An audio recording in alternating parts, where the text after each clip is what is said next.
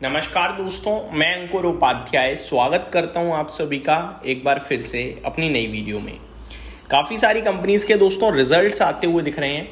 इस वीडियो के माध्यम से मैं आप सभी के साथ सबसे पहले एक्सिस बैंक के नंबर्स डिस्कस करना चाहूँगा। बाकी IDFC फर्स्ट बैंक के भी नंबर्स आ चुके हैं, इंडिया सीमेंट के भी रिजल्ट्स आए हैं, RBL बैंक के भी नंबर्स आते हुए दिखे हैं आपको, कैनफिन होम्स के भी नंबर्स आते हुए दिखे हैं, तानला प्लेटफॉर्म, कुछ बड़ी कंपनियां जिनके रिजल्ट्स आ चुके हैं। सबसे पहले एक्सिस बैंक से शुरुआत करना चाहूंगा। ₹1 प्रति शेयर का तो कंपनी ने दिया है डिविडेंड, ठीक है जी। अब थोड़ा सा एक बार रिजल्ट्स को देख लेते हैं डिटेल में। कंपनी का मुनाफा अगर आप नोटिस करें तो साल दर साल घटता हुआ दिखा है। कितना घटा है?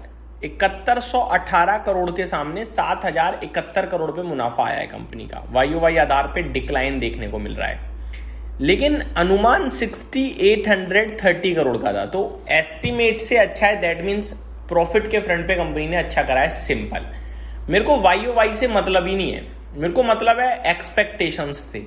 अगर कुछ एक्सपेक्टेशन थी तो क्या थी, और अगर एक्सपेक्टेशन के सामने अच्छा है तो अच्छा है, फिर फर्क नहीं पड़ता YOY कैसा रहा है, याद रखिएगा हमेशा। नेट इंटरेस्ट इनकम की बात करूं तो 14,457 करोड़ की आते हुए दिखी है। अनुमान 14,500 करोड़ का था, तो यहां अनुमान से कमजोर है। नेट इंटरेस्ट इनकम कितनी कमजोर है?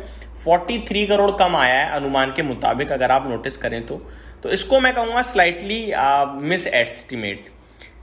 आगे अगर बात करी जाए NII YOY आधार पे तो 13,811 करोड़ से बढ़कर 14,457 करोड़ का NII आया है, जो कि बढ़िया है, लेकिन अनुमान से थोड़ा कम रह गया। एसेट क्वालिटी की बात करी जाए तो 1.4% के सामने 1.23% पे आए हैं ग्रॉस NPA।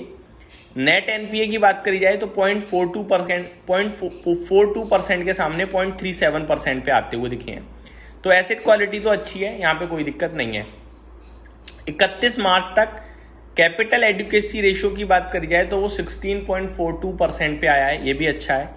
₹1 प्रति शेयर का डिविडेंड दिया है, और डेट के जरिए कंपनी 35,000 करोड़ तक जुटाएगी। ये 3-4 बड़ी बातें आते हुए दिखी हैं। कुछ और भी इंपॉर्टेंट है तो वो भी मैं आपके साथ डिस्कस करना चाहूँगा।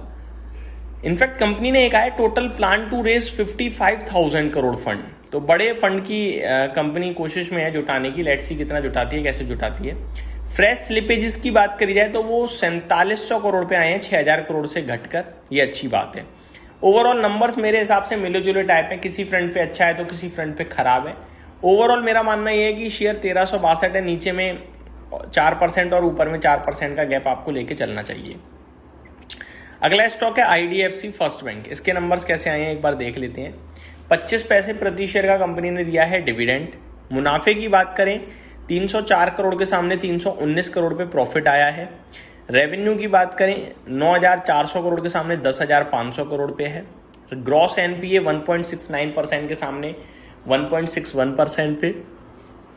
नेट NPA 0.53% के सामने 0.48% पे आते हुए दिखे हैं। ओवरऑल नंबर्स ठीक ठीक ही लग रहे हैं, कोई दिक्कत मुझे तो ज़्यादा दिख नहीं रही है। बाकी डिटेल में पढ़ना पड़ेगा कि बाजार का अनुमान क्या था और डिटेल्स कैसी हैं, जैसे कि प्रोविजन, स्लिपेजेस, ये सारे आंकड़े भी देखने होंगे।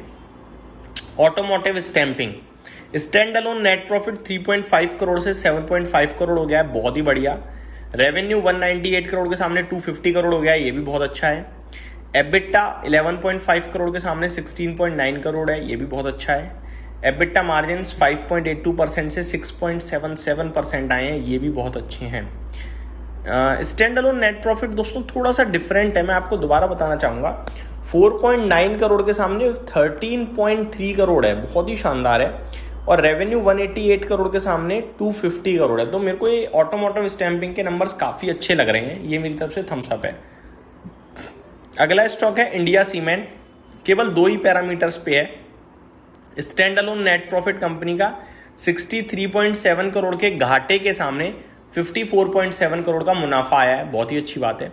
रेवेन्यू 1200 करोड़ से 1228 करोड़ हो गया है, तो अच्छे नंबर्स हैं। मेरे को तो लग रहा है घाटे से मुनाफे में आई है कंपनी। RBL बैंक ₹1 प्रति शेयर का कंपनी ने डिविडेंड दिया है। 68.7 करोड़ के सामने 230 करोड़ का मुनाफा है, और 3476 करोड़ के सामने 3700 करोड़ का रेवेन्यू दिख रहा है यहाँ पे। ग्रॉस NPA 1.88% से 1.45% पे काफ़ी अच्छा सुधार है। नेट एनपीए 0.55% से 0.39%।